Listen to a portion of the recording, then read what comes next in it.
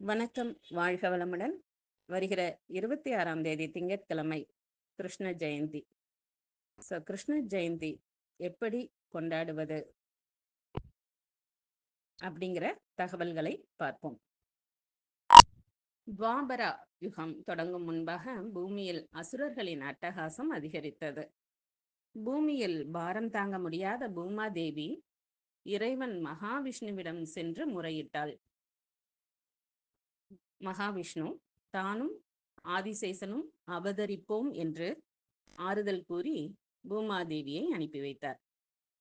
துவாபரா யுகத்தில் ஆதிசேஷன் பலராமனாகவும் மகாவிஷ்ணு கிருஷ்ணராகவும் அவதரித்தனர். பூ உலகில் எப்போதெல்லாம் அதர்மம் தலையெடுக்கிறதோ அப்போதெல்லாம் தர்மத்தை காக்கவும் அதர்மத்தை அழிக்கவும் இறைவன் யுகங்கள் தோறும் அவதரிக்கிறார். ஆவணி மாதம் அஷ்டமி திதியில் ரோஹிணி நட்சத்திர நாளில் பகவான் கிருஷ்ணர் அவதரித்தார். இந்த ஆண்டு ஆகஸ்ட் 26ஆம் தேதி கிருஷ்ண ஜெயந்தி கொண்டாடப்படுகிறது. பகவான் மகாவிஷ்ணு 10 அவதாரங்கள் மூலம் உயிரினங்களை காக்கும் முக்கிய வேலையை செய்துள்ளார். தன்னுடைய 9வது அவதாரமான கிருஷ்ண அவதாரத்தை தான் கிருஷ்ண ஜெயந்தியாக நாம் கொண்டாடுகின்றோம். 10வது அவதாரம் கலியுகம் முற்றும் போது கல்கி அவதாரமாக எடுப்பார் என புராணங்கள் தெரிவிக்கின்றன. அப்படிப்பட்ட முக்கிய காக்கும் தொழிலை செய்ய அவதரித்த கிருஷ்ணரை வரவேற்கும் விதமாக கிருஷ்ண ஜெயந்தி கொண்டாடப்படுகிறது.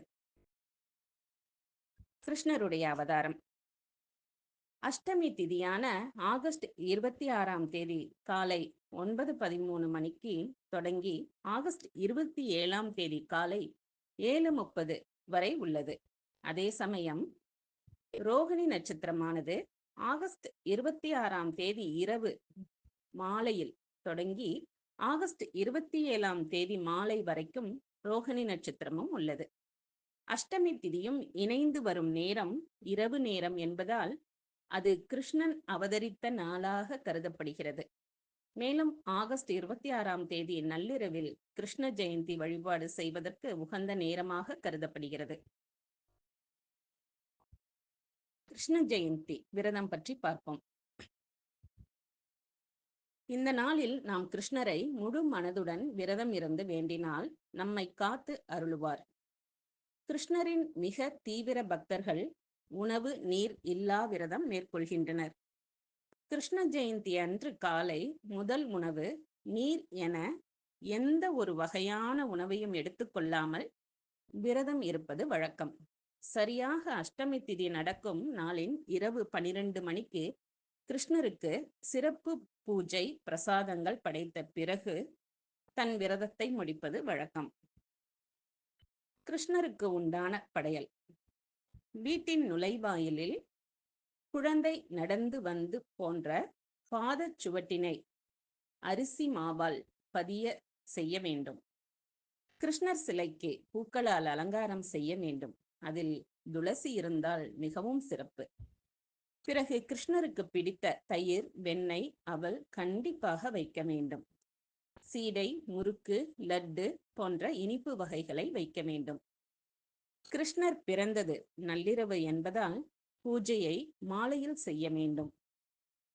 பாத கோலம் போட்டு அலங்கரித்தால் குட்டிக்கண்ணன் நம் வீடு தேடி வருவான் என்பது நம்பிக்கை. எப்படி விரதம் இருப்பது?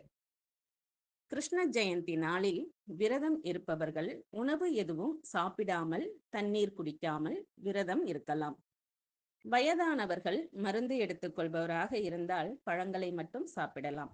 அதுபோல அரிசியில் சமைத்து உணவை தவிர ஜவ்வரிசி கஞ்சி, சப்பாத்தி போன்றவற்றை சாப்பிடலாம். அது மட்டுமின்றி அந்நாளில் விரதம் இருப்பவர்கள் தேவைப்படுபவர்களுக்கு உணவு மற்றும் தண்ணீர் தானமாக செய்வது மிகவும் நல்லது என்று நம்ம முன்னோர்கள் சொல்லியிருக்கிறார்கள். இப்படி செய்தால் வாழ்க்கையில் சந்தோஷம் நிலைத்திருக்குமாம். அந்நாளில் பசுக்களுக்கு உணவு அளிப்பது புண்ணியமாக கருதப்படுகிறது. விரதம் இருப்பவர்கள் நாள் முழுதும் சோர்வாக இல்லாமல் முழு ஆற்றலுடன் இருக்க பழங்கள் மற்றும் உலர் பழங்களை சாப்பிடலாம். எது சாப்பிடக்கூடாது?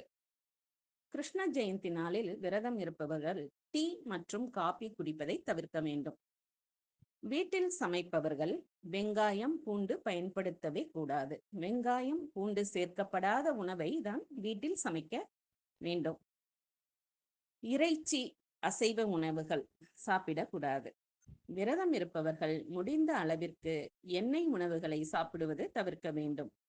அதற்கு பதிலாக பழங்கள், பழ ஜூஸ் போன்றவற்றை எடுத்துக்கொள்ளலாம். பாண்டவர்களுக்கு உதவி. பாரத போரில் பாண்டவர்களுக்கு உறுதுணையாக இருந்து போர்க்களத்தில் அர்ஜுனனுக்கு தேரோட்டியாக வந்தவரும் கண்ணன் தான். தேரோட்டியாக வந்த கண்ணன் தான் பார்த்தசாரதி என்று அழைக்கப்படுகிறார். தேரோட்டியாக வந்த கண்ணன் அர்ஜுனனுக்கு உபதேசித்த அறிவுரைகள்தான் இந்து மக்களின் புனித நூலான பகவத்கீதையாக போற்றப்படுகிறது. தன்னுடைய கடைசி காலத்தில் வேடன் ஒருவன் எய்த அம்பு காலில் தைக்க பூலோகத்தில் கண்ணன் அவதாரத்தை முடித்து மீண்டும் வைகுண்டம் சென்றார் என்று கூறப்படுகிறது. ஜெய் கிருஷ்ணா. ஸ்ரீ கிருஷ்ணரின் திருவடிகளே சரணம். ஓம் நமோ பகவதே வாசுதேவாய. ஓம் நமோ பகவதே வாசுதேவாய. ஓம் நமோ பகவதே வாசுதேவாய. சர்வம் கிருஷ்ணார்ப்பணம். சர்வம் கிருஷ்ணார்ப்பணம். நன்றிகள்.